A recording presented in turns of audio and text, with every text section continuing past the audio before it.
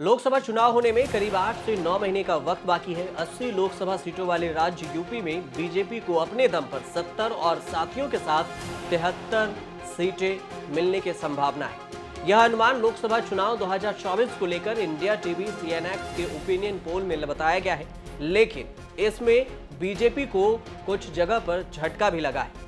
इस सब के बीच में चौंकाने वाली बात यह है कि स्मृति ईरानी के क्षेत्र अमेठी से बीजेपी को झटका लग सकता है। अमेठी में अगर राहुल गांधी स्मृति ईरानी के खिलाफ चुनाव लड़ते हैं तो वह जीत जाएंगे। ऐसा अमेठी के स्थानीय जनता में कांग्रेस के लिए उपजी सहानुभूति के आधार पर कहा जा रहा है।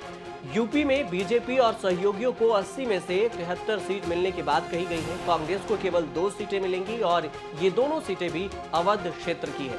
इन्हीं में से एक अमेठी की सीटें हैं, लेकिन अमेठी में यह बीजेपी के हाथ से निकलकर कांग्रेस के पास तभी जाएगी जब यहां से राहुल गांधी चुनावी मैदान में खड़े होंगे।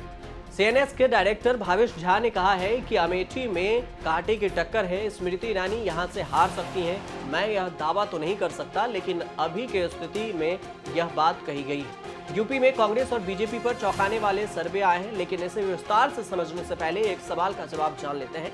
सर्वे में राहुल गांधी को अमेठी से चुनाव में जीतने की बात कही गई है, लेकिन क्या राहुल गांधी चुनाव लड़ पाएंगे? आपको बता दें कि मोदी सरनेम मामले में सूरत की सेशन कोर्ट ने राहुल गांधी को 2 साल की सजा सुनाई थी। इसके बाद 24 मार्च को लोकसभा की सदस्यता चली गई। हाई कोर्ट ने भी राहुल गांधी की सजा को बरकरार रखा। मामले की सुनवाई सुप्रीम कोर्ट में होनी है। ऐसे में अगर अदालत राहुल गांधी को दी गई सजा को स्थगित नहीं करती है तो राहुल गांधी 6 साल तक चुनाव नहीं लड़ पाएंगे। इस बीच ये सर्वे आया है जो कि बहुत ही चौंकाने वाला है कि अमेठी से अगर राहुल गांधी चुनाव लड़ते हैं तो राहुल गांधी की जीत होगी और स्मृति ईरानी को झटका लग सकता है।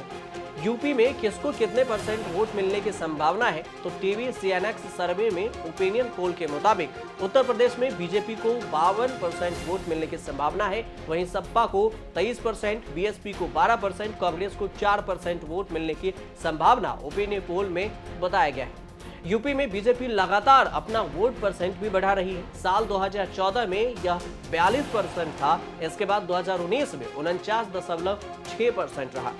पश्चिमी यूपी में 8 सीटों में से एनडीए के पास 7 और आरएलडी के पास 1 सीटें जाने का अनुमान लगाया गया है। रोहेलखंड की 12 सीटों में से 11 सीटों पर बीजेपी और 1 सपा को जाने का अनुमान बताया गया है। कांग्रेस और बसपा को एक भी सीट नहीं मिलने वाले हैं। मध्य यूपी की अगर बात करें तो मध्य यूपी में अलीगढ़ से कानपुर तक 13 सीटें हैं। इनमें से बीजेपी और सहयोगियों को 11, सपा और सहयोगियों को 2 सीटें मिलने का अनुमान बताया गया है। सर्वे में कहा गया है कि यूपी के नतीजों पर केंद्र की मोदी सरकार और यूपी की योगी आदित्यनाथ सरकार की परफॉर्मेंस का मिला जुला असर दिखाई देगा। सर्वे में यह भी कहा गया है कि बुंदेलखंड की 4 सीटें हैं जो सभी बीजेपी को मिलने के अनुमान है। इसी तरह अवध क्षेत्र की 14 सीटों में से 12 सीटें बीजेपी को मिलेगी और 2 सीटें कांग्रेस को। पूर्वांचल में 29 सीटें हैं। इनमें से 28 बीजेपी के पास जाएंगी और 1 सीटें सपा को मिलेगी। इस तरह से कुल 80 सीटों में से 70 बीजेपी को, अपना दल को 2 सीटें, सुभाषपा को 1 सीटें, सपा को 4, आरएलडी को 1 और कांग्रेस को 2 सीटें मिलने का अनुमान बताया गया है। बसपा का खाता नहीं खुलने का भी अनुमान बताया गया है। कहा जा रहा है कि यूपी में बसपा का 2024 में खाता भी नहीं खुलेगा। 2014 के लोकसभा चुनाव में देश में मोदी भले ही प्रधानमंत्री बने, लेकिन यूपी में प्रचंड जीत के बाद भी कांग्रेस से अमेठी की सीट बीजेपी नहीं जीत सकी थी। 2014 के चुनाव में स्मृति ईरानी पहली बार में ही हारी, लेकिन 2019 में स्मृति ईरानी ने मेहनत करके अमेठी में फिर से बीजेपी का परचम फहरा दिया। लेकिन अब सवाल 2024 का है और 2024 के सवाल के साथ इंडिया टीवी सीएनएक्स का सर्वे सामने आया है, जहां स्मृति ईरानी और बीजेपी को झटका लग सकता है।